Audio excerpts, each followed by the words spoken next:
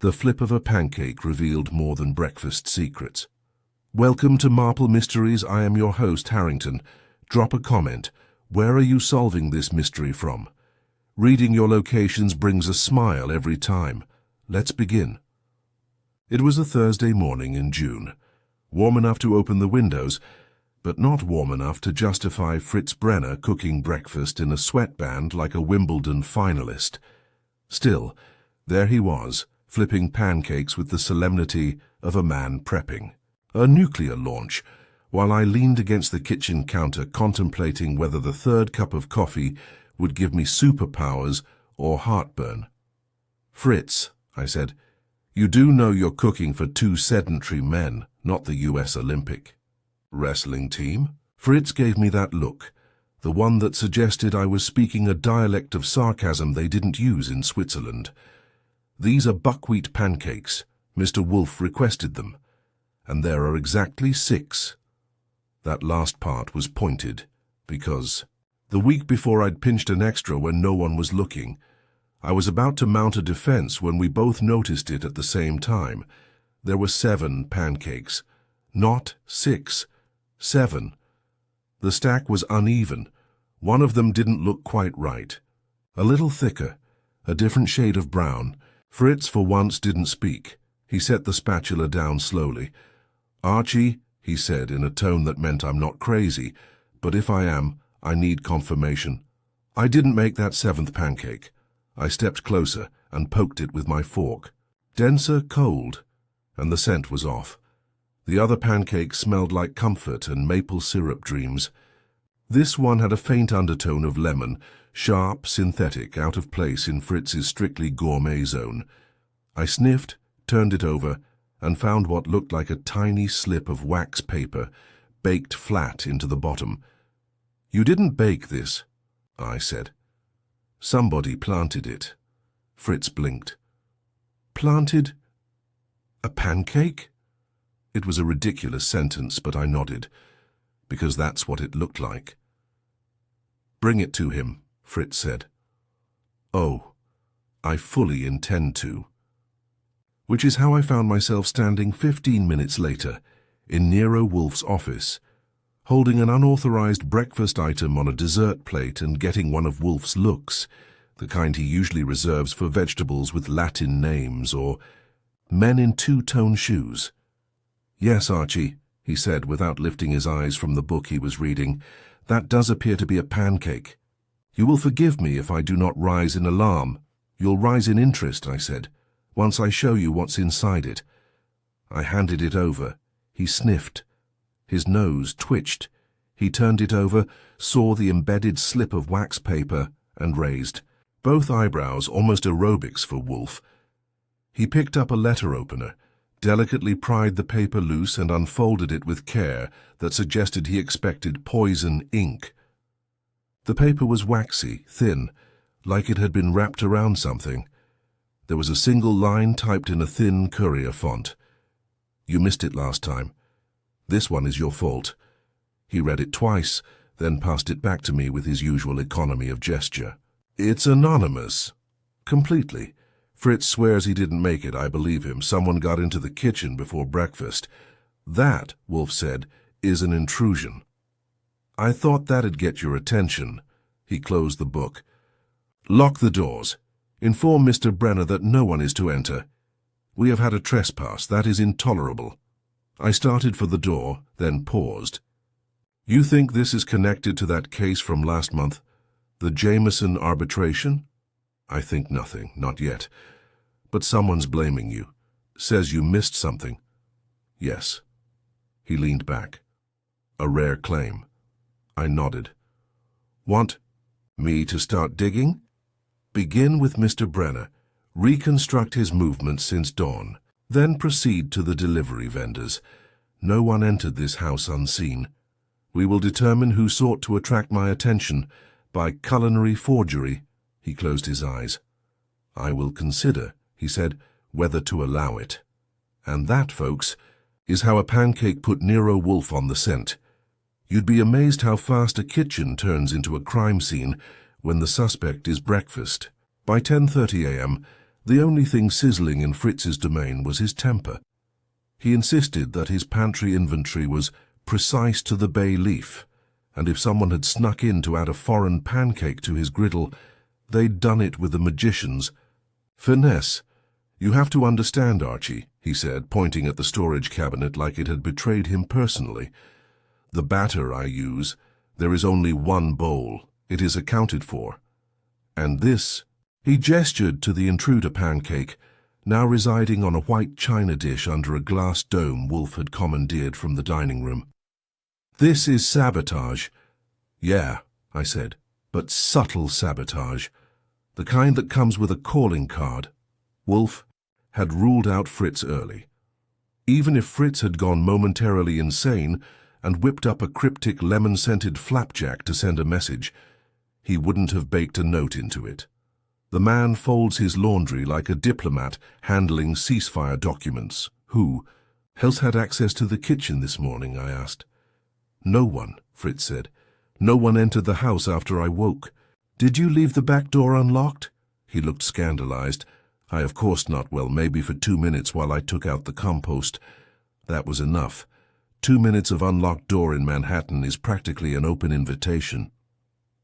Passed the details to Wolfe in the office, where he sat behind his desk, drinking beer and frowning like the chair was too comfortable for the current situation. "Someone left us a message," I said. "Either they want revenge, attention, or they're messing with us for sport." "That," Wolfe said, "is the only trifecta I do not wager on." He turned to the note again. "You missed it last time. This one is your fault." "The one who left this is angry," he continued, "but not indiscriminately. This is not the rant of a lunatic. It is focused. It implies failure. Mine. That means knowledge. They know what occurred here or in proximity, recently." "Which brings us back to Jameson?" I asked. Wolfe made a face like I'd offered him a potato with ketchup. "Possibly. But a misstep is not an error. The Jameson matter was arbitration, not detection. We were not responsible for final outcomes, only presentation of evidence." "Still," I said, "we know how that ended.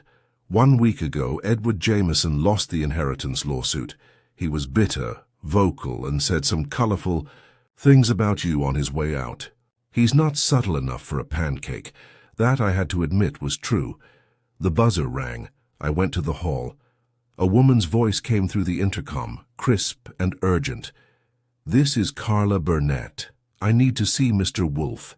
It's important." Wolfe doesn't usually do drop-ins. He prefers visitors like he prefers orchids, by appointment and immaculately quiet. But something in the way she said "important" made me push the button. "Come up," I said. 5 minutes later, she stepped into the office. Carla Burnett wasn't dressed for a social call. Grey slacks, black blouse, practical shoes, the kind of wardrobe that said, "I expected to talk my way into a room full of men who don't want to listen." She was about 40, sharp-jawed, with hair clipped back and eyes that flicked around the room like they were mapping exits. "You're Mr. Wolfe," she said. "Not a question." "I am," Wolfe said. "Miss Burnett?" "Yes." "You don't know me?" "No." "Sit." She sat. She didn't fidget. She looked at him like she was trying to decide how much to trust a statue with opinions. "I work for the city, health department, senior investigator. I've audited half the restaurants below 23rd Street. Wolfe raised an eyebrow. "And you've come to critique Mr. Brenner's kitchen?" "No," she said, tight. "I came because of the pancake." That did it. Even Wolfe sat forward an inch, which, in his posture language, is like sprinting across the room. "You know about it," he said. "I put the note in it." "You could have knocked me over with a spatula." She kept going. "But I didn't bake it, someone else did. I just delivered the message." Wolfe narrowed his eyes. "Explain." She exhaled like she'd been holding her breath for an hour. "I'm here because someone I know is in danger, possibly dead. A week ago, my friend Gerald Schroeder disappeared. He was a data technician for the city, contract work, but he was involved in the Jameson arbitration. Quiet guy, too smart for his job. Your friend worked on the arbitration file? Yes. And you think he vanished because of it? I know it. And the pancake? I was told to bring it here. It was already made. I got a call. No. Name, just instructions. Bring this pancake to Wolfe's chef. He'll cook it with the others. He won't notice until it's too late. Wolfe will find the message. Don't talk. Just do it. She paused. I did it. I whistled. And now you're talking. Because Gerald is still missing and because I don't like being used. Wolfe was quiet for a long moment. You were a courier. A pawn. Yes. Did you see who gave you the pancake? No. It was left in my apartment refrigerator. I don't know how they got in. That gave Wolfe pause. You brought a threat into this house, he said evenly. She looked back without blinking. No, I brought a warning. Why not go to the police? I did. They shrugged, said Gerald probably quit his job, moved on, changed his number. But I know him. He wouldn't disappear like that. And I remembered the name Jameson. I remembered Wolfe. Wolfe closed his eyes. Then he rang for beer. Very well. You will give Mr. Goodwin a list of everyone your friend worked with on that file. Every contractor. Every name. I will review the arbitration documents. And you, Miss Burnett, will remain available. You are no longer just a courier, you are involved. She stood. Good, I want in. She left behind a faint trace of lavender and defiance. Wolfe turned to me. You will begin with Mr. Saul Panzer. He is to locate Gerald Schroeder, dead or alive. Quietly. You will speak to Mr. Jameson again. Ask him if he has spoken to a man. Name Gerald. Watch his eyes. And the pancake? It served its function, Wolfe said. It disturbed the sanctity of this house. That is unforgivable. He poured beer into his glass. But useful. I don't usually take Saul Panzer off the leash until things get slippery, but when Wolfe says quietly, there's only one guy I trust, not to tip a stool just by sitting on it. Within 4 hours, Saul had a name and a face. Gerald Schroeder. 35, meticulous, underpaid, and recently gone poof. He rented a walk-up near Avenue B, Saul said, handing me a grainy photo. Neighbors say he kept to himself, left his lights on all night, vanished last Thursday. Apartment was locked from the outside, no signs of struggle, no luggage missing, just gone. Last known visitor? Carla Burnett. 2 days before. He disappeared, which lined up, but didn't explain who'd used her as a pancake postman. Wolfe reviewed all this with a grunt, then ordered me to dig into the other names attached to the Jameson file. Carla delivered. I made calls. Saul did the legwork. And by the next morning we had a list of 5 who either worked with Schroeder, clashed with him, or had something to gain from his silence. One of them, Wolfe said, had likely made a miscalculation. Edward Jameson, Jr. He'd been cut out of a very large trust when the arbitration leaned in favor of his younger half-sister. Bitter, trivolcanic. He wasn't stupid. He'd made a show of accepting the ruling, but rumor had it he'd been asking around about data irregularities. He had money, means, and a personality that could pickle cabbage. Sandra Hoyt, legal liaison for the city's contract records office. Tall, brittle, and groomed to within an inch of contempt. She'd coordinated the files that passed through Schroeder's desk. She claimed she barely knew him, but a background check revealed they'd had coffee together 3 times last month, just far enough off-grid to raise a brow. Victor Nell's freelance IT consultant, who reviewed security protocols for the digital document transfer. Twice divorced, twice accused of professional misconduct, and still working due to a brain that moved faster than most ethics boards. He and Gerald had disagreed about the authenticity chain of the files. Gerald questioned signatures. Victor had approved. Amy Kettridge, she worked at Jameson's law firm. She wasn't on the official arbitration team, but she handled document processing. The records showed nothing unusual until Saul discovered that she'd once shared a college seminar with Schroeder. That wouldn't mean much, except they were seen having what the corner diner waitress called a very unfriendly brunch 3 days before Gerald disappeared. Harlan Bibb, a city internal affairs observer, supposedly there to ensure clean hands. Wolfe had one question when his name came up. Who watches the watchers? Bibb had recently filed a sealed addendum to the Jameson case log. Something Wolfe said indicated either caution or cowardice. Wolfe said we'd need to see them. Not all at once, one at a time, like they were voluntarily climbing into a trap. And as usual, it was my job to bait the hook.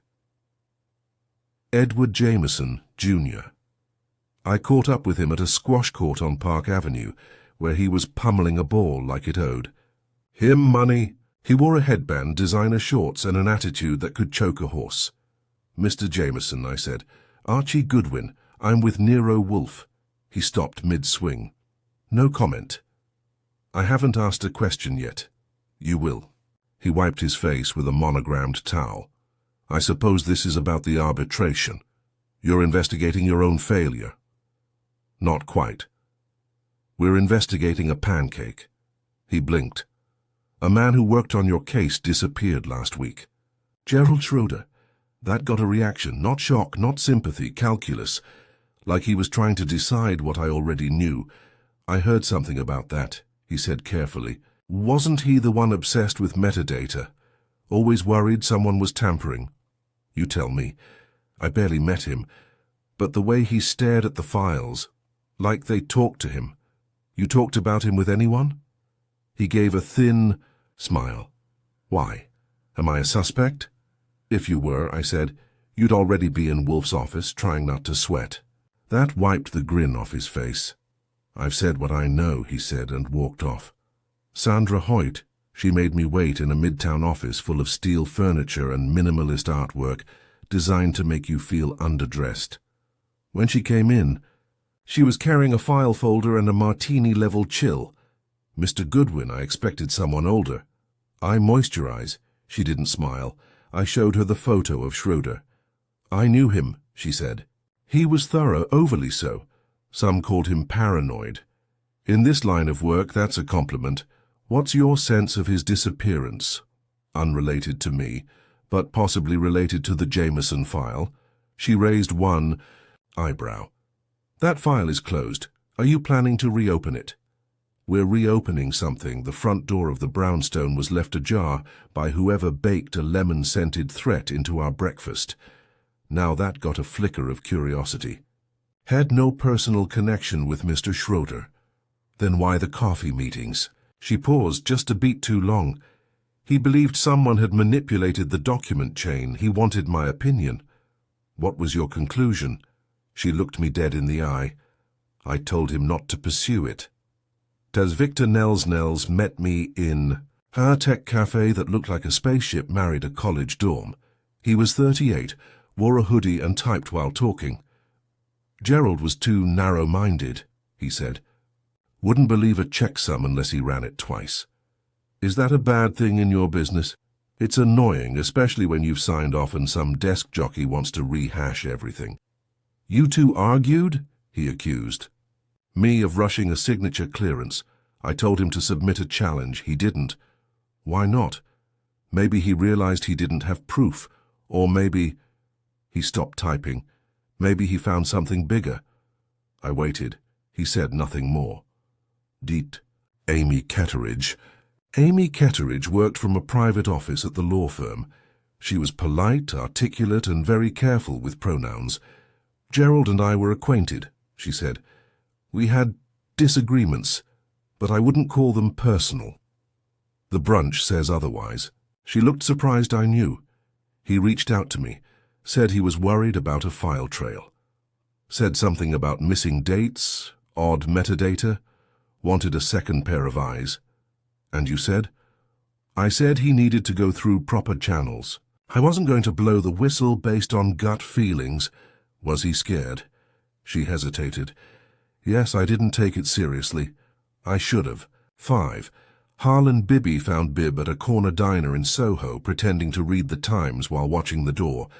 When I introduced myself, he folded his napkin like it was evidence. "This isn't official," he said. "Nothing about a pancake, ever." He didn't laugh. Schroeder came to me a week before he disappeared, said he'd found a pattern, suggested at least one file had been ghost-written, metadata showed edits after it had been locked. He suspected internal fraud. "And your response?" "I told him to put it in writing, did he?" "No." And now he's gone. Bibb's hands tightened around his coffee mug. "Mr. Goodwin," he said, "whatever you're doing, be careful. Some documents don't get buried. People do." By the time I reported back to Wolfe, the chessboard was set. One man vanished. 5 had reasons to want him quiet. Some were scared. 1 or 2 were angry. But only one, Wolfe said, is foolish enough to believe this. Can remain a secret. "And who's that?" I asked. "None of them," Wolfe said. "Not yet, but we will know soon. If you ever want to know whether a person's lying, you can stare into their eyes and wait for a twitch, or you can ask them the same question 2 different ways and see if the story holds up under its own weight. The first method works on chihuahuas, can second-grade shoplifters. The second is why Wolfe keeps me around. By the end of Tuesday, I'd seen 4 suspects twice and one of them 3 times. I'd walked more blocks than Wolfe had in the last decade. Every conversation added a thread, but the threads didn't weave yet, not until one of them started to fray.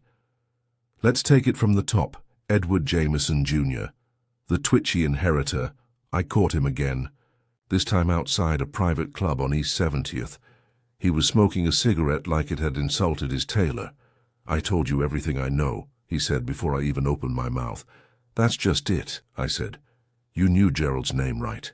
"Oh, way. You barely looked at the photo. Either you've got a photographic memory or you were expecting him to come up." He flicked the cigarette into a planter. "I do my homework. I knew who handled the arbitration data." "Funny thing," I said. "I pulled a security log. Schroeder's terminal had 4 login attempts from an unauthorized IP 2 days before he vanished. Someone was poking around." He stiffened, and I saw it, the twitch. Not in his eye, but in his voice when he said, "And you think I did it?" I think someone was worried he'd found something. And maybe they tried to see how much he knew. His silence was pure lawyer training. But silence can be informative too. Sandra Hoyt, the IC professional, I returned to her office under the pretense of verifying a procedural note. She welcomed me like a dentist welcomes a walk-in. "I already answered your questions," she said. "Sure, but the answers left me thirsty." "Thirsty?" "For facts. For example, those coffee meetings with Schroeder. You told me he asked your opinion on possible tampering. That's correct? You also said you told him to drop it." "I did." "Then why did you request the file archive from records 6 hours later?" "That froze her in place. I needed to check something." "You were worried?" "No," she said too quickly. "I was curious." "Ms. Hoyt, if you're not telling me everything, that's fine. But Wolfe doesn't like surprises, and he doesn't forget omissions," she sighed. "Fine. Gerald said he thought a file had been duplicated, cloned with a timestamp alteration. I didn't believe it until I noticed a record in the audit. Trail with overlapping edit windows. That shouldn't happen. Did you tell anyone?" I wanted to speak to Bibb, but I never got the chance. Interesting. Victor Nels, the ghost editor. The 3rd time I met Nels, he was at a bar where the napkins had circuit diagrams printed on them, and the bartenders wore hoodies. I didn't blend, but I brought curiosity, which is universal. "You." "Again," he said, nursing a kombucha like it was bourbon. "You said Gerald accused you of clearing a file prematurely." "Yeah. I found the file. It had post-lock edits, same signature chain. He didn't answer." "You want to walk that back?" He looked me over. "If I admit a mistake, what happens next?" "Depends on whether it was a mistake or a cover-up." Schroeder was obsessed. He thought someone at the law firm doctored the record, then used my clearance to make it official. Did they? Maybe. He had partial logs, but no full chain, and he didn't trust internal affairs. Did he trust you? No, Nels said. But he thought I'd want to clear my name. And do you? He sipped his drink. What's left of it? Amy Ketteridge, the uneasy ally in me, didn't dodge when I showed up unannounced at her office. She was typing furiously, stopped, and waved me in. You're building a timeline, she said. So am I. That's a change. I checked. The digital signature log Gerald flagged. He was right, there's a mismatch. A document showed a timestamp 5 hours before the user signed in. That shouldn't be possible. No, unless someone cloned the document from an earlier version, edited it offline and re-uploaded it with metadata spoofing. Who could do that? Victor, maybe Bib, possibly someone in our own IT. But Gerald had traced it to a draft version that matched a deleted file from Sandra Hoyt's chain. So either Hoyt lied or she got played. Either way, Amy was suddenly talkative. I didn't trust it. Why are you telling me this now? Because Gerald was my friend. Even when we fought. Funny. People don't usually schedule brunch to argue. She looked away. He asked me if he should go to Wolfe. I told him not to drag anyone else in, that he'd only be putting more targets on backs. Yours? I don't know anymore. Harlan Bibb, the nervous watchman. I didn't expect much from Bibb, but I went back anyway. I need that sealed addendum, I said. You're not police. No, but I work for someone more intimidating. He stared. You think I'm hiding something? I think you're in the middle, and middlemen get crushed. He hesitated, then reached into his coat pocket and handed me a folded sheet of paper. I shouldn't, he said, but if I don't, someone else might get baked into a pastry next. I unfolded it. It was a memo. To Internal Oversight. From Harlan Bibb, Re. Metadata. Anomalies. File 9AJ. Jameson Arbitration. Recommend review. Evidence of unauthorized access. And possible ghost editing. Subject G. Schroeder raised concerns. Potential city liability if arbitration integrity is compromised. Schroeder expressed concern for personal safety. It was dated 2 days before Gerald vanished. Why didn't you follow up? I was told to stand down, Bibb said, by someone above me. He didn't say who, but the line on his jaw said he wanted to. Back at the brownstone, I laid everything out for Wolfe that night. Every contradiction, every cold pause, every eye twitch, file log, and brunch regret.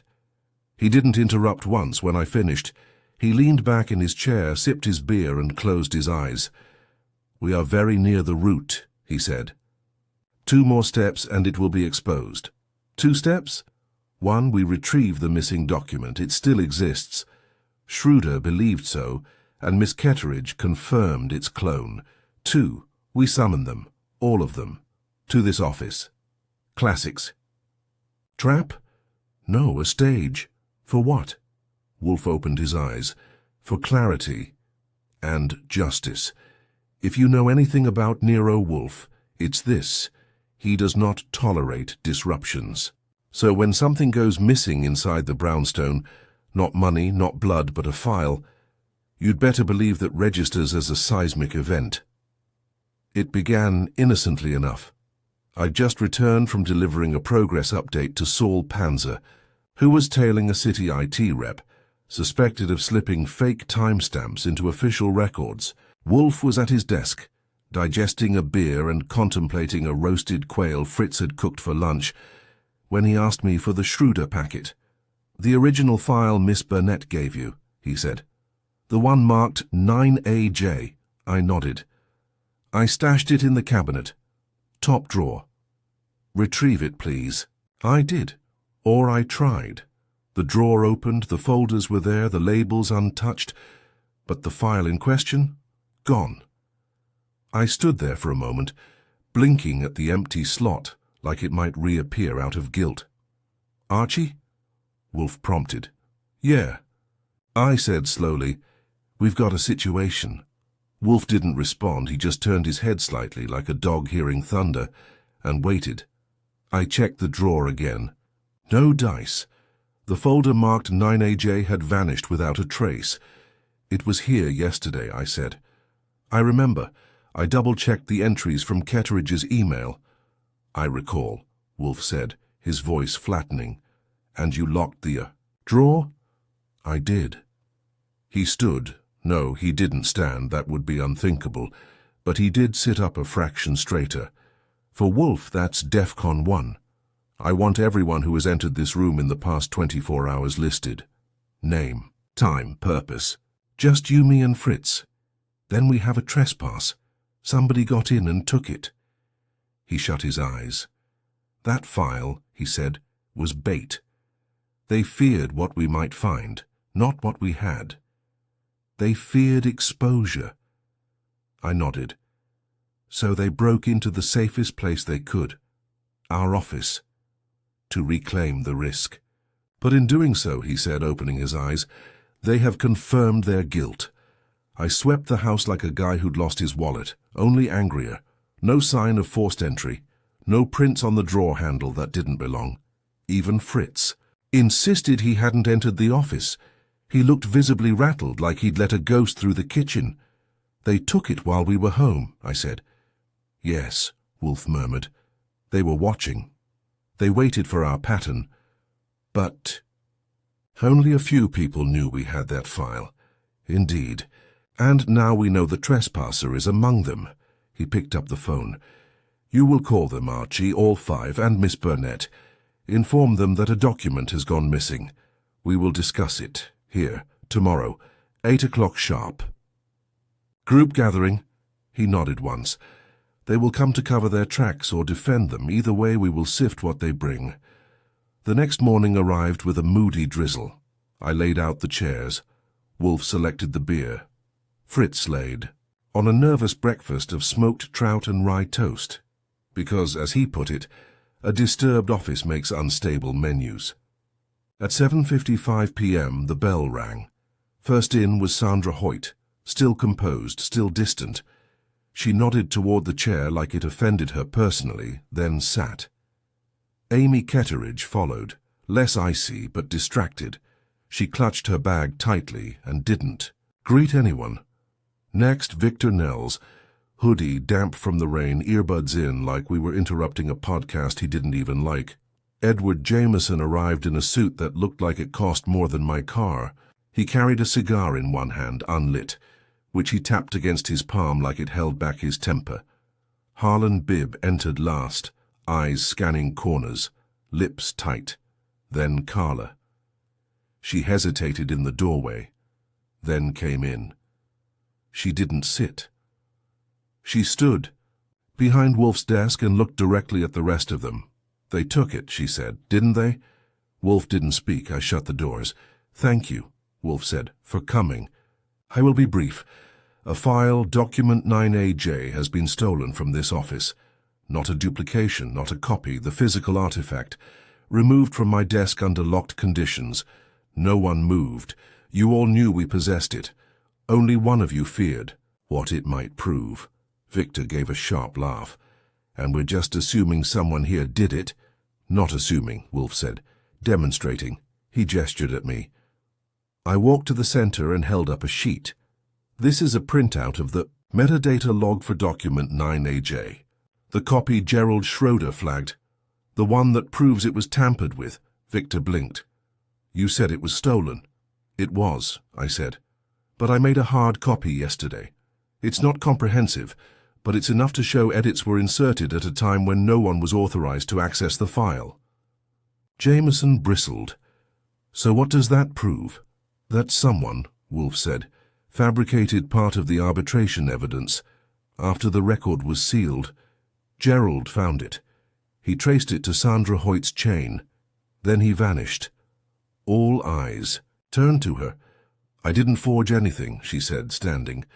I forwarded files based on system protocol. I don't edit them. Yet your access signature appears in the tampered log. I was told to forward that file. By whom? Wolfe asked. She hesitated. I assumed it was Bibb, she said. He emailed me, urgently, said to forward the file. I didn't question it. Bibb sat bolt upright. I didn't send that message. Wolfe tilted his head. No, he said. You didn't. It was sent using your address. But the originating server was external, a relay. Someone spoofed your credentials.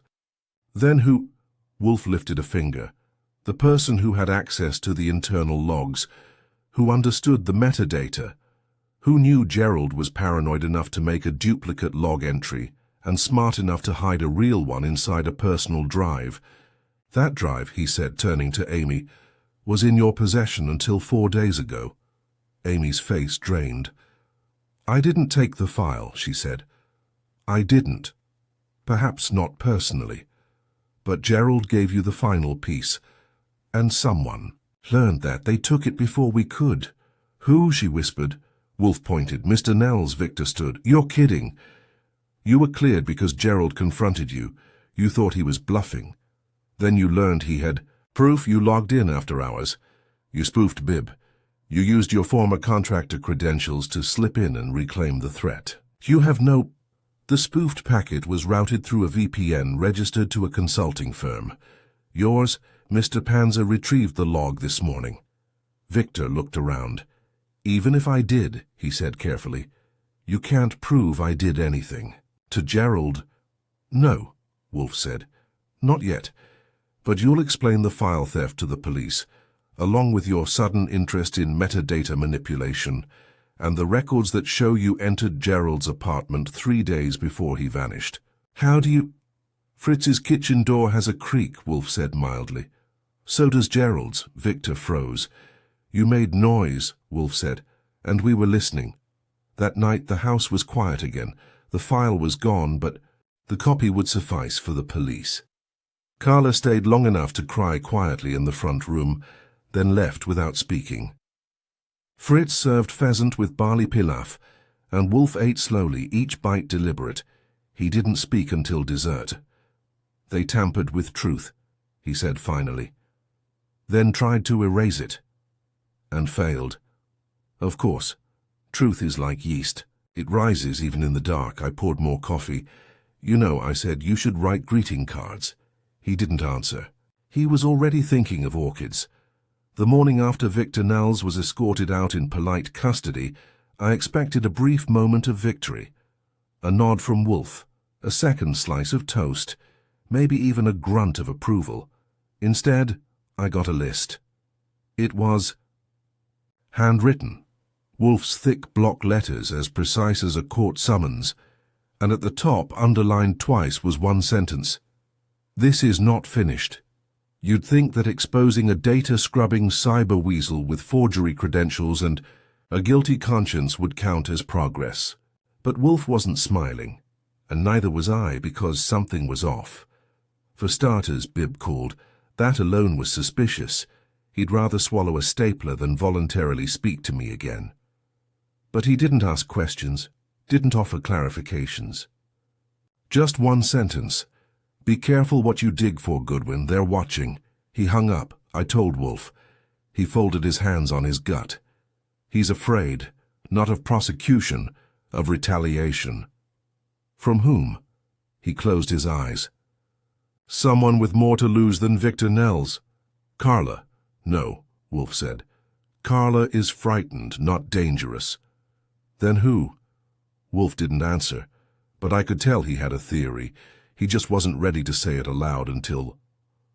It fit perfectly in his mental jigsaw. The first sign came that afternoon. I was on the stoop pretending to care about a local politics article in the Gazette when I saw the sedan. Tan dull New Jersey plates. Parked across the street 3 spots back from the fire hydrant. I noticed it because it hadn't been there before. I noticed it more when it didn't leave. It was still there an hour later, engine off, no driver. Visible. I went back inside, dropped the paper, and checked the window from the upstairs hall, still there. Back downstairs, I told Wolfe. A stakeout? He asked. Possibly. Not police. They don't use cameras for surveillance anymore. Too obvious. He didn't seem worried. Just thoughtful. Have you seen Miss Burnett today? No. Call her. I did. No answer. I tried again an hour later. Still nothing. "She's missing," I said. "She's hiding," Wolfe replied, "or worse, being made to hide." We finally got a hit around 6 p.m. Saul Panzer called from a payphone, a habit of his when he thinks the air might be bugged. "I made contact with the temp in records," he said. "Says there's a second version of the arbitration chain, locked behind a different city access server, one that's only used for high-clearance audits. Gerald was trying to request access to it before he disappeared." "And did he?" "Almost. Then the request was retracted. Not by him. Someone else logged in using his credentials." "City staff?" "Not likely. The request came from a terminal inside a private law office." "Jameson's firm?" "Yep. And guess who was logged in at the time? I already knew. Amy Ketteridge. I didn't go straight to the law office. Wolfe wanted eyes on the building first. So Saul and I played our old game. He watched the back exit. I lingered at a cafe across the street with binoculars in a newspaper. It wasn't glamorous, but it got results. At 7:42, Ketteridge left the building. She didn't head for the subway. She walked 5 blocks west, turned north, and entered a narrow building that housed a series of anonymous offices. 10 minutes later, she exited carrying a plain envelope. I tailed her to a second location, a brownstone in the West 80s. She slipped in the side entrance with a key. So much for innocent errands. Back at our brownstone, I reported in. Wolfe didn't look surprised. "She is still managing something," he said. "Damage control perhaps, or concealment. She has knowledge that implicates others. Think she's covering for Jameson?" "No," Wolfe said. "He is not careful enough to involve someone like her, but she may be protecting someone." Else around 9 p.m. the phone rang again. This time it was Carla. Her voice was low, tense. She was calling from a burner number. "I can't talk long," she said. "They followed me home. I'm at a friend's. I saw them. One of them looked like a contractor from the arbitration project. Tall grey coat, heavy scar on his neck. I think he followed Gerald too." I scribbled the description and handed the note to Wolfe. "Why call now?" I asked. "Because I went back to Gerald's apartment, just for a minute. I found something taped behind his refrigerator. It's small, like a USB, but older." She paused. "It has Wolfe's name on it. We told her to stay put." The next morning, Carla arrived at the house, early, cautious, and pale. She didn't want to come inside until she was sure nobody was watching. "They're watching the brownstone," she said. "I looped the block twice before I came in. That tan."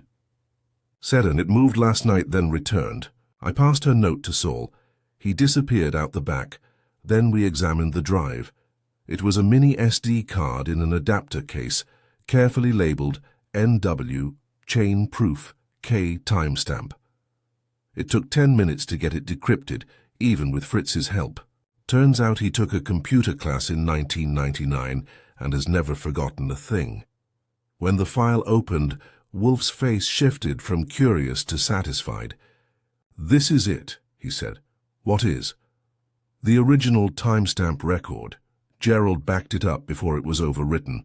It contains the unedited digital signature, which shows what? That the arbitration evidence was rewritten after clock, then replaced with a falsified chain. Who did it?" Wolfe stared at the screen. "Amy Ketteridge," he said. I blinked. "She covered it up?" "She built the cover-up, with Victor's technical help. Jameson didn't know. Bibb didn't know. Sandra suspected but kept her hands clean, and Gerald trusted the wrong person," Wolfe said very quietly. "He gave Amy the backup. She promised to deliver it to oversight. Instead, she hid it." "Why?" Wolfe sighed.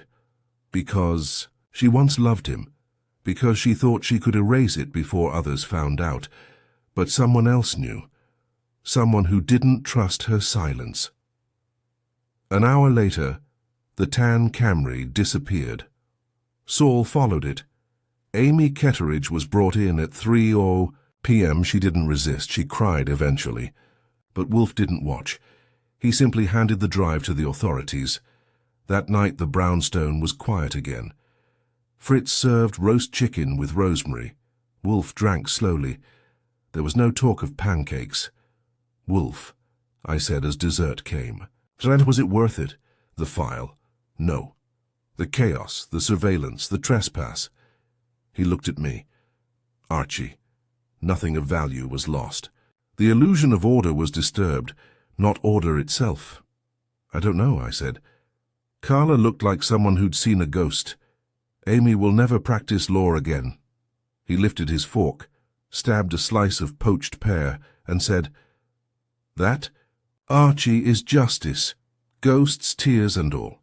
There's a saying Wolfe likes, and it goes like this: the only thing more powerful than truth is the timing of its release." I'd heard him mutter it over beer, over breakfast, and once during a particularly lopsided chess match against himself. What it means, in case the poetry isn't obvious, is that Wolfe doesn't just solve crimes, he orchestrates their confession. And make no mistake, we were in confession season now. With Amy Ketteridge in the hands of the DA, the file recovered, and Carla safe, at least temporarily. You'd think we'd wrapped it up. But Wolfe hadn't called it done. He hadn't even reached for the brandy.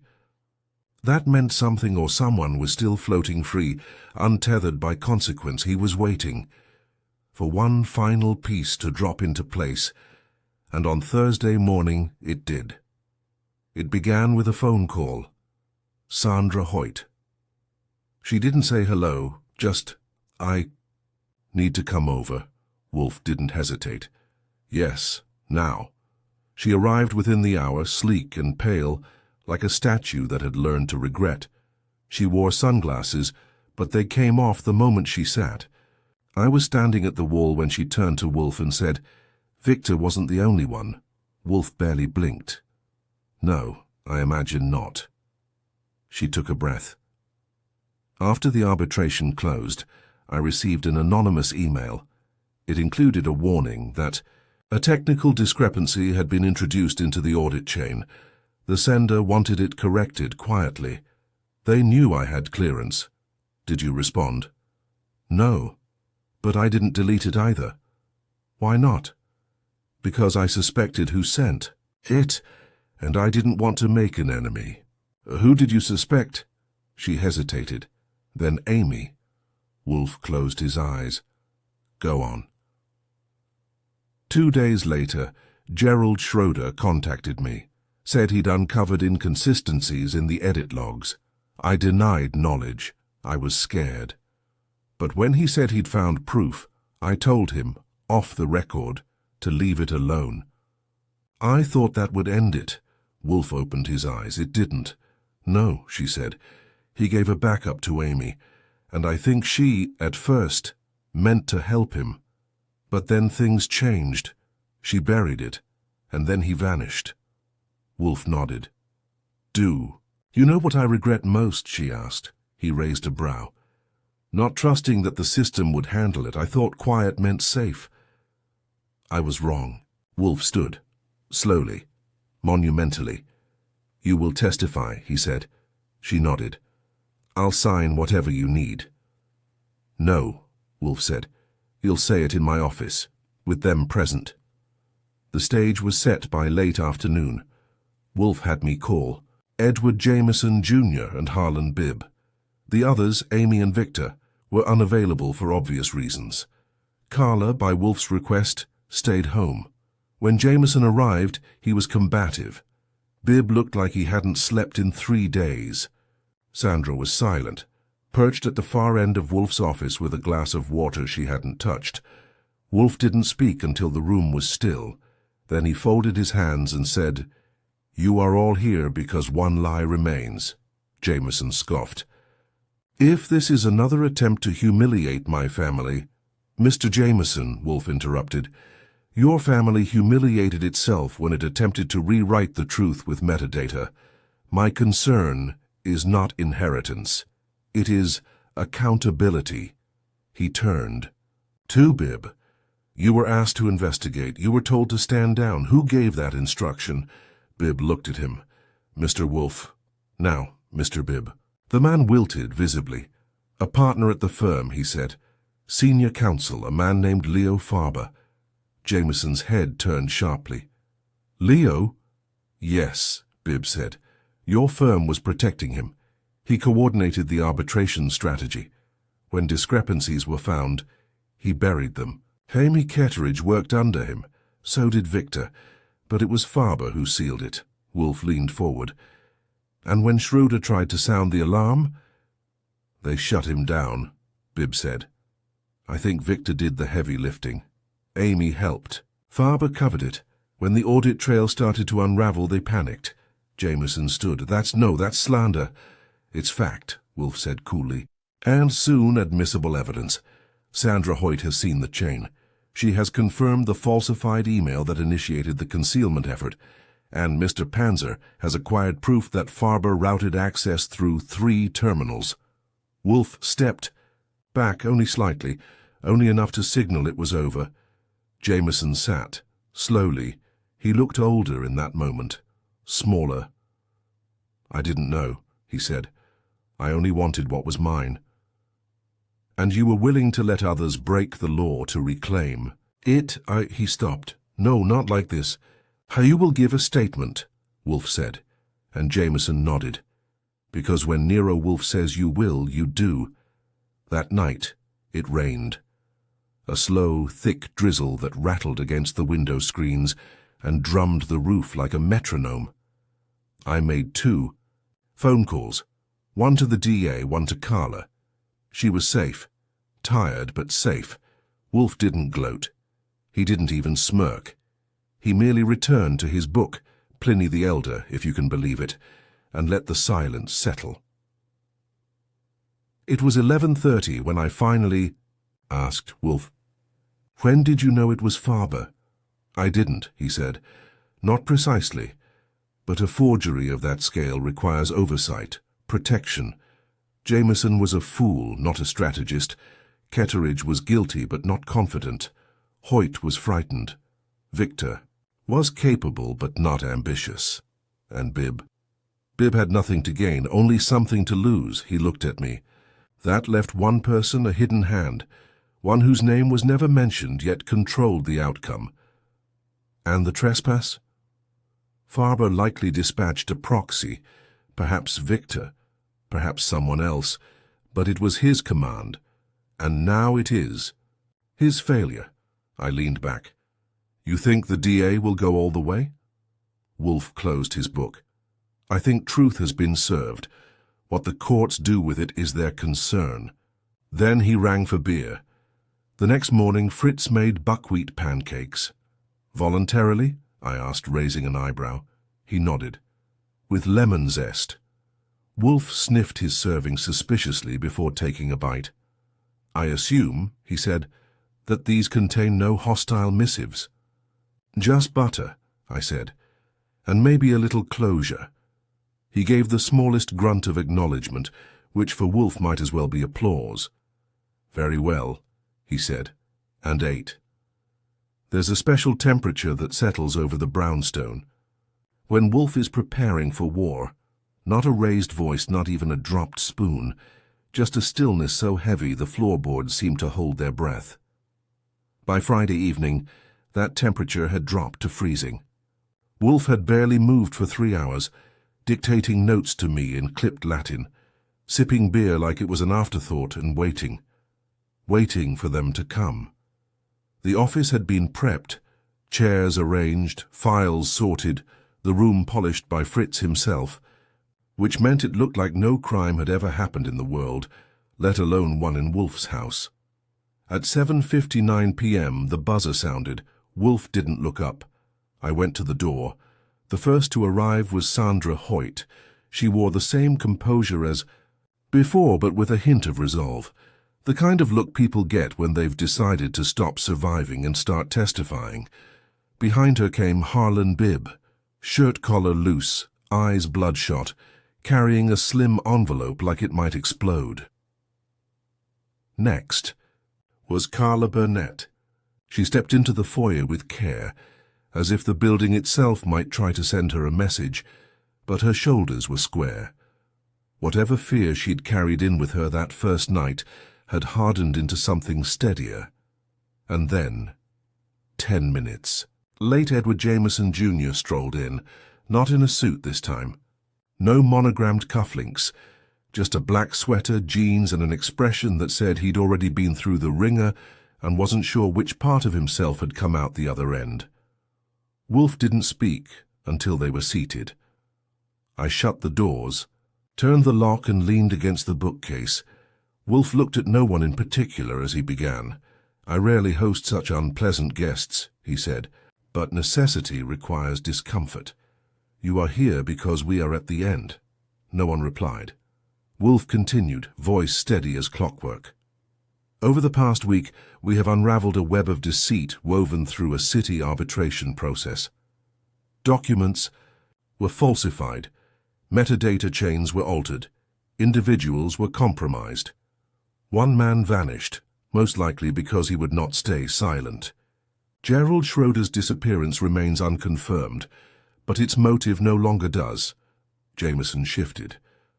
Carla stared at him.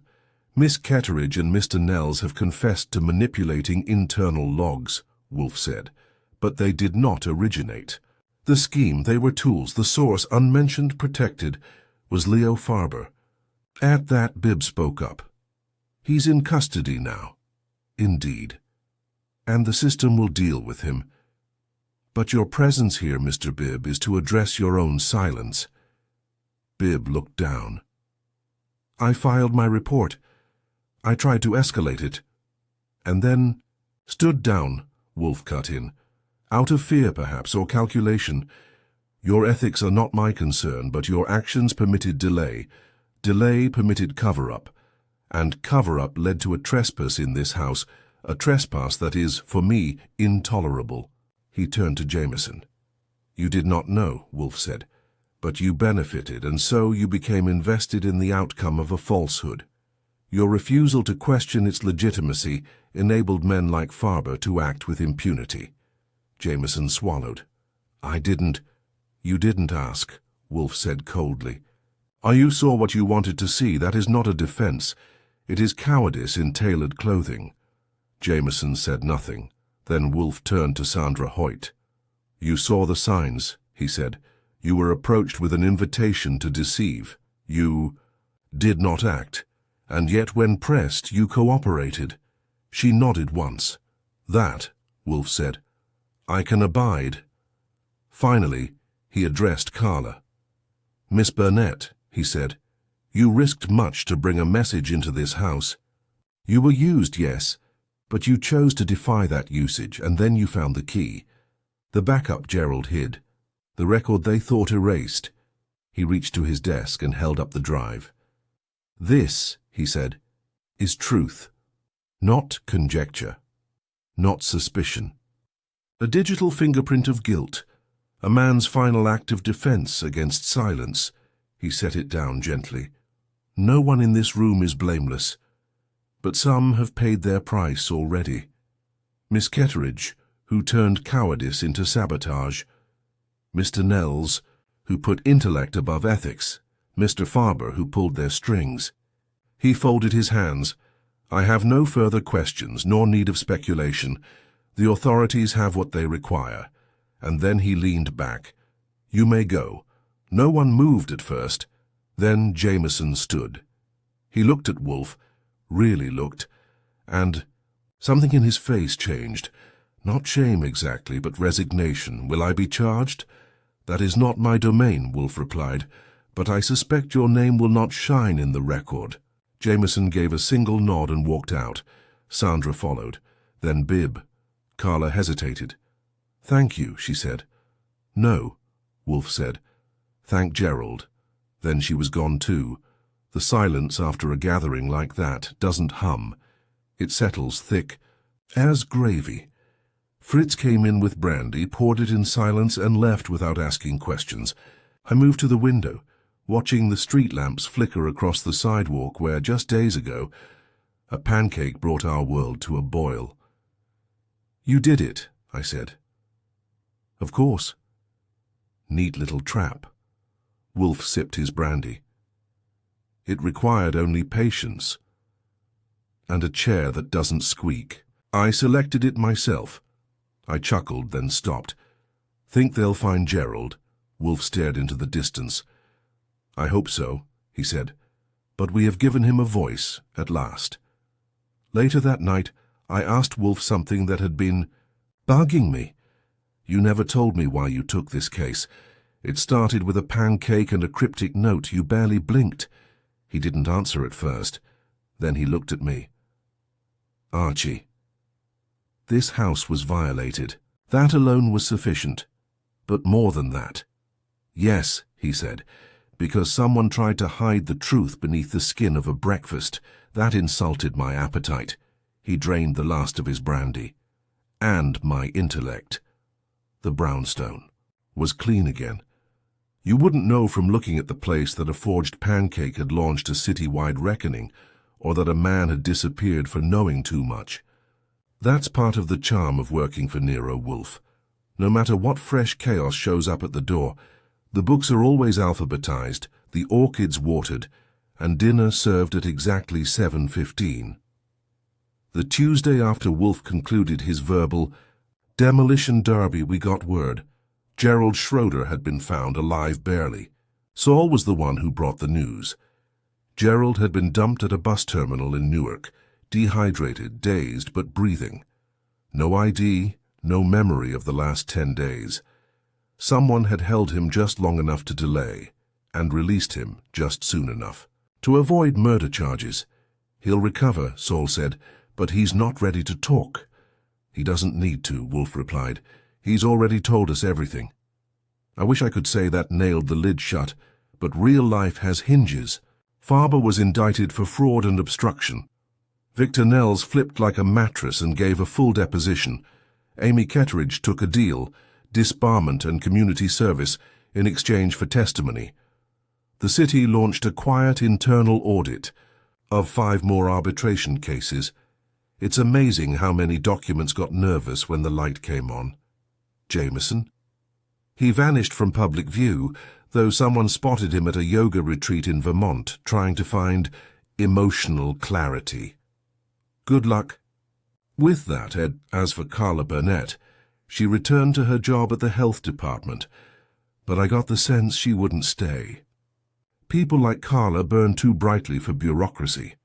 We had coffee once more, no pancakes, where she thanked me and said Wolfe was terrifying in a strangely ethical way. That, I told her, was the best compliment he could get. On Wednesday, Wolfe did something unusual. He left the office door open. That may not sound like much, but for Wolfe it's like flinging wide the gates of Valhalla. I stood in the doorway just watching him read the Atlantic Monthly, and finally said what I'd been thinking for days.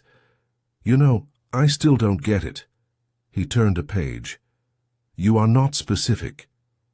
This case, why it stuck, why it got under your skin. He didn't look up. Because someone attempted to make deception elegant. I waited. He went on. There is something particularly offensive, he said, about lies disguised as precision, forgery pretending to be order, bureaucracy masking malice. He looked at me now.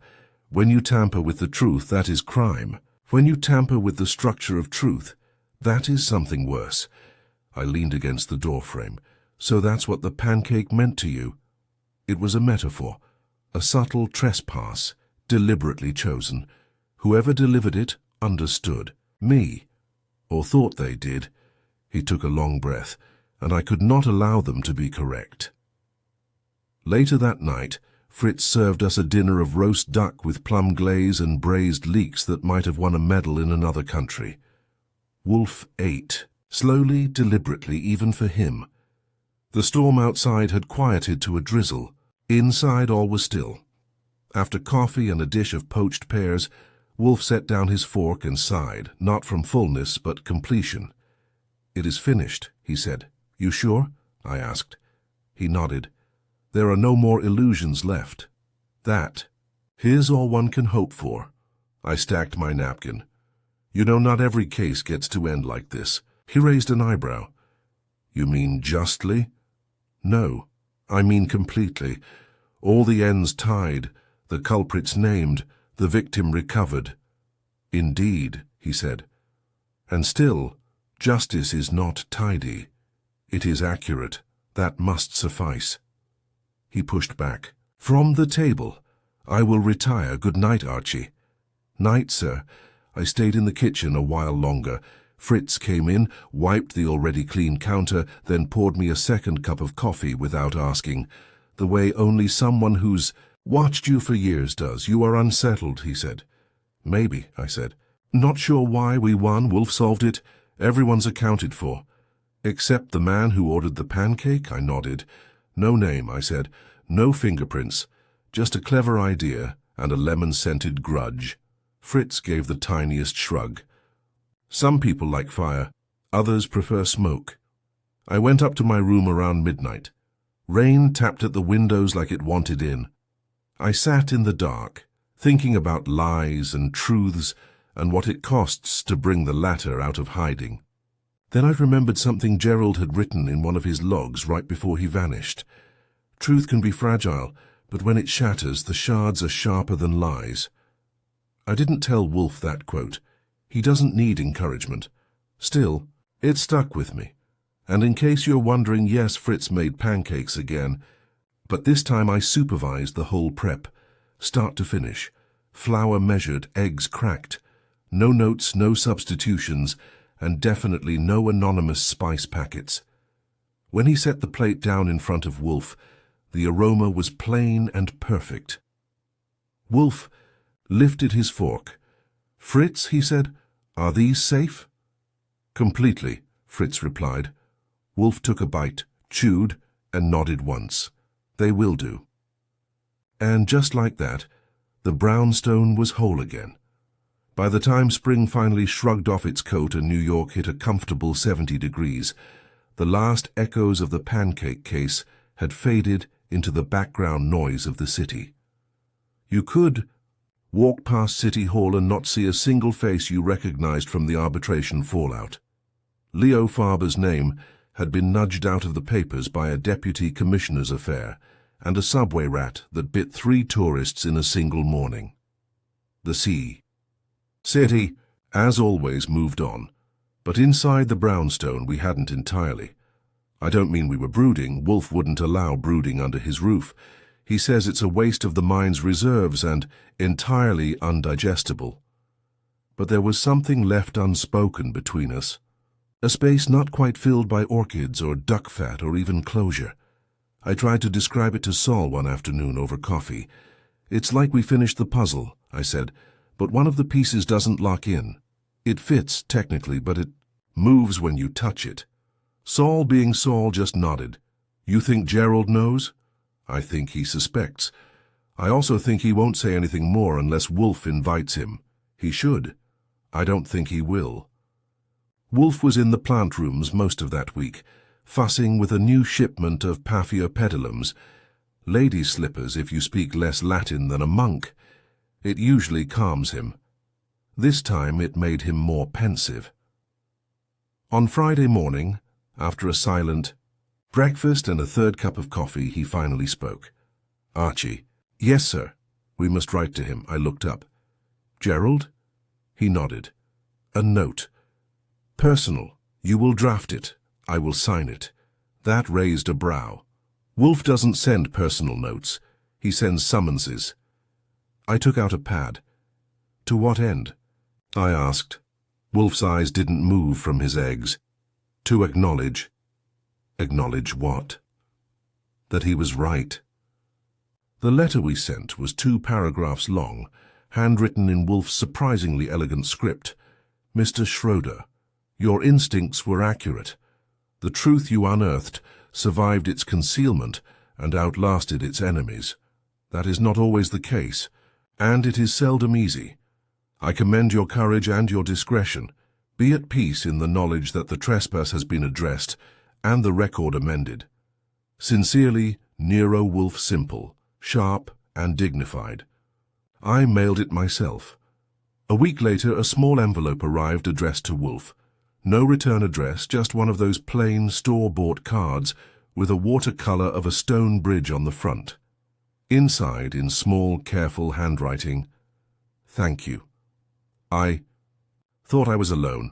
I'm glad I was wrong. G.S., you'd think Wolfe would pin it to the wall like a butterfly specimen. Instead, he handed it to me and said, 'Burn it.' I didn't. I slipped it into a folder in my drawer marked MISC. Gratitude. I figured Wolfe might deny sentiment, but he never truly discards it. He just doesn't want it cluttering the room." About a month later, the doorbell rang. I answered. It was Carla. She wore civilian clothes again, jeans, a navy jacket, hair down. She looked more human, less haunted. "I was in the neighborhood," she said. "I wanted to thank him again, in person." Wolfe was in the office. He allowed her in.